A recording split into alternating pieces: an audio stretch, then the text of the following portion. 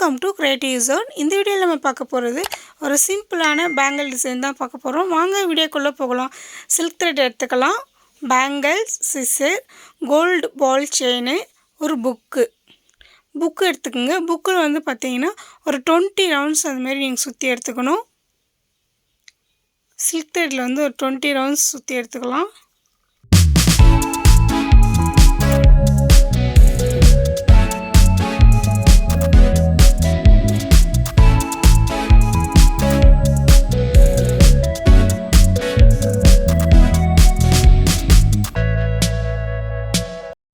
Round வந்து முடிஞ்சிருச்சு. இப்போ இதை வந்து நம்ம வந்து கட் பண்ணி எடுத்துக்கலாம்.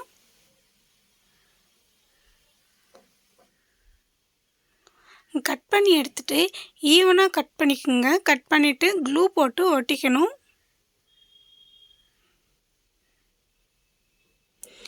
ஏன் நம்ம க்ளூ போட்டு ஒட்டுறோம்னா அப்போ தான் த்ரெட்டு வந்து ரிமூவ் ஆகாது. அப்படி நீங்கள் வந்து க்ளூ போட்டு ஒட்டணும்னா நமக்கு டைட்டாக ஸ்டிஃபாக நின்றும். ஸோ அதனால் நம்ம க்ளூ போட்டு ஒட்டிக்கணும். 2 பக்கமும் இந்தமாரி க்ளூ போட்டு ஒட்டிக்கோங்க. இப்போ நம்ம த்ரெட்டை வந்து க்ளூ போட்டு ஒட்டியாச்சு. நெக்ஸ்ட்டு பேங்கிளில் க்ளூ போட்டுக்கலாம். ஒட்டிட்டு சில்க் த்ரெட் அந்த த்ரெட்டை வந்து அப்படி அதில் ஒட்டிடணும். ஒட்டிட்டு காஞ்சி ஒன்றாலும் நம்ம வந்து சுற்றலாம், இல்லை உடனே கொஞ்சம் டைட்டாக பிடிச்சிக்கிட்டு சுற்றிக்குங்களாம். நான் வந்து அப்படியே தான் சுற்றுறேன்.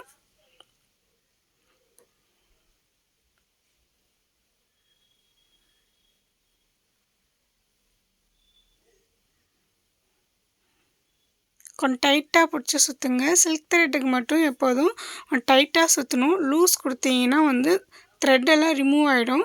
ஸோ அதை மேக்ஸிமம் உங்களால் எவ்வளோ டைட்டாக பிடிச்சி சுற்ற முடியுமோ அந்தமாரி சுற்றிக்கலாம்.